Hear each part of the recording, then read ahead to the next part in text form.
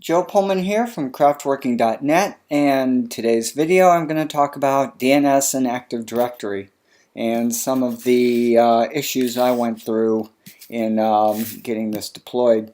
When you start dealing with data centers and virtualization, and like I keep saying, that you're going to be spinning up VMs all the time, and you're going to be running a lot of computers off of this.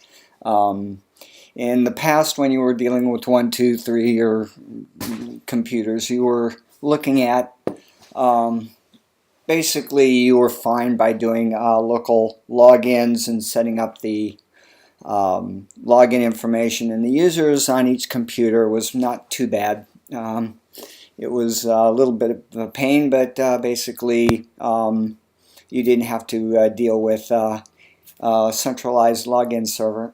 However, when you get into deploying lots of VMs, and it's a lot easier, more efficient, and simpler to basically run some sort of centralized login service. The easiest to use, once you get it set up, setting it up is not too easy, but once it's done, the best solution actually is Active Directory, the Microsoft version. So if you can, by all means, try to get into getting like a Windows Server 2008 R2 or later, and then setting up Active Directory with all your users in one place. So once you do that, Active Directory will basically handle all the logins. So when you spin up a machine, a Windows machine in particular, basically you just set it up as in the domain, and all of a sudden you can all the users that are on the Active Directory can log in, and then you can set up each individual users for specific login credentials and even authorization. Active Directory and Windows 2000 R2 will support LDAP, so it is possible, even though it's not the simplest thing to do, is to basically run LDAP on it and then basically run your Linux machines as you would kind of like a Windows machine, where you can log in without setting in a local user account. So it's well worth it to deploy one of these things. The other nice thing about Active Directory or Windows 2008 and the Windows version is that it will do DNS as well. DNS I found was easier to use in Windows than it is to run DNS bind 9 or something like that, because basically it's a GUI based, and you don't have to restart the DNS server every time you make a change to it. So it will it does a lot of things like that, so you have a one-stop shop for DNS and your AAA. So and that's the main points. But like I keep telling you, is that you're going to find out that using one of these solutions is going to be a lot easier to deal with lots of VMs and lots of computers than it is to try to do local login.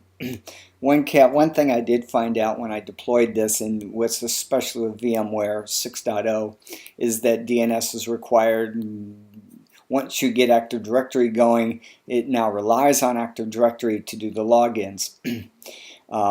If something goes wrong with the virtualized Windows server, and you lose that for whatever reason, then you're out of luck. It's very, very difficult to now log into vCenter and your hosts to manage it, because it's going to go out and try to do Active Directory, which no longer is there. So what I would do, first of all, is basically run more instances of Active Directory.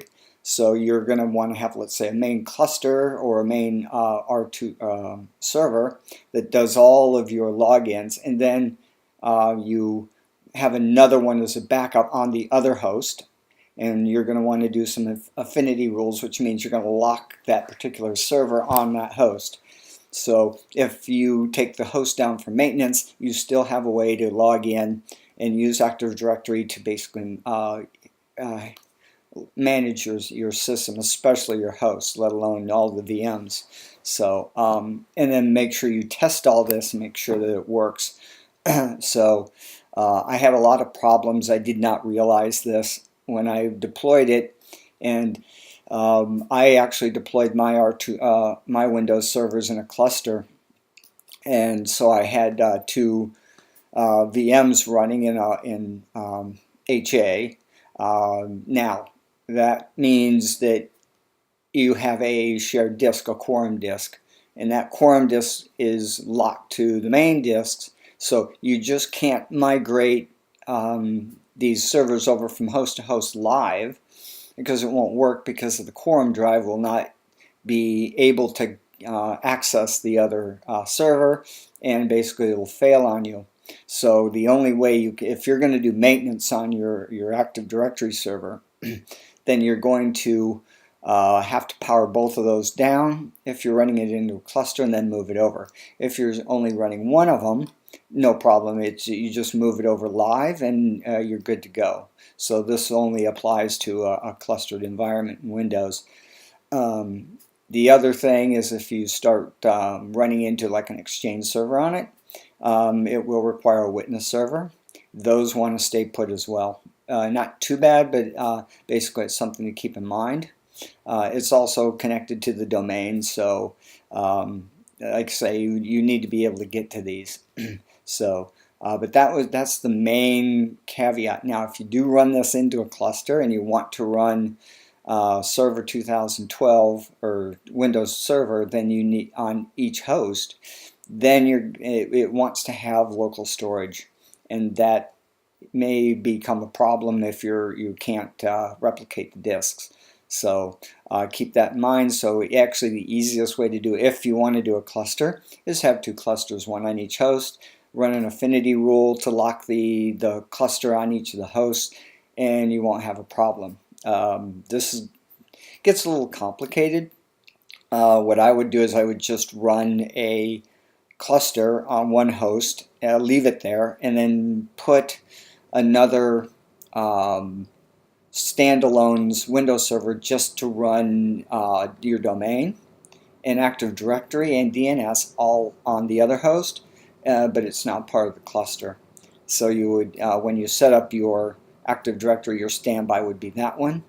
Same way with DNS. You would basically run the cluster on one and then DNS on the other. Since they are part of the domain, all the DNS records will be replicated, and you won't have too much of a problem with it. But just keep in mind that the main takeaway is that you lose your DNS server because it's virtualized now, because you powered down the host.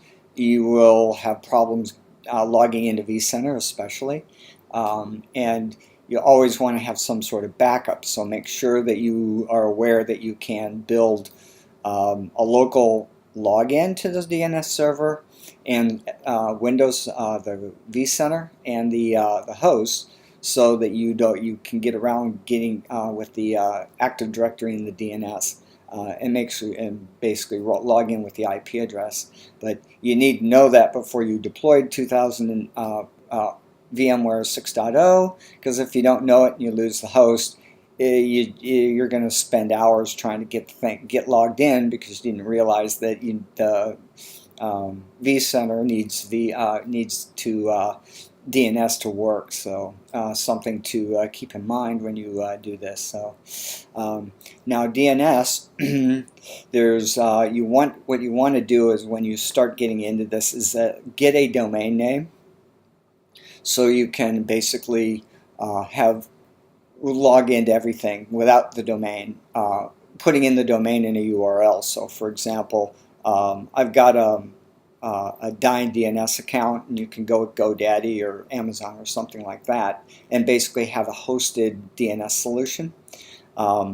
This is easier to manage in the cloud, and also the DNS request will go to it instead of directly to you. So if you have a authoritative domain, and all of a sudden all of these requests come to you, and you can that traffic can be quite quite large and maybe slow you down a little bit, at least on downloads, because you're going to be doing requests and you're going to get responses back from the DNS server. So if you're going to run like normal, you're going to be running a dynamic IP address from the internet for your IP, your internet access. Like normal, what you do is you sign up for AT&T, they give you a modem, and that gives you one dynamic IP address, public, that is uses NAT to basically translate that one address into all your inside addresses. With DNS and a few dynamic DNS, what it's called is that you have a PC or a virtual machine running Windows usually, and it has a client that basically goes out there and pings the dynamic DNS service to make sure that there's been no changes in your IP address. And if there is a change in your IP address, it tells the DNS server this, and it will automatically update your DNS records to point to your domain. Comes in very handy. And of course, the other thing is you can always get static IPs, and then you don't need dynamic DNS. So, that's what you're also going to run. This thing needs to be up 24/7 with your host. So if there is any change to your IP address, you want to basically update the DNS server as soon as possible. And this is done anywhere between 5 minutes and a week. So you can set it up to query to basically talk to the dynamic DNS server to make sure that your IP address is correct in the domain server. You keep that in mind. But if for the dynamic DNS you want this machine to be up all the time, which it will be, because you're going to be running a virtualized environment, which is going to be up 24/7 anyway. So, but those are the main points from DNS and Active Directory. You can run it without, but it's a lot more difficult to deal with, especially with a large number of virtual machines. Trying to make sure that the logins are correct and that nothing expires, but in each machine you would have to do individually without basically a centralized login server.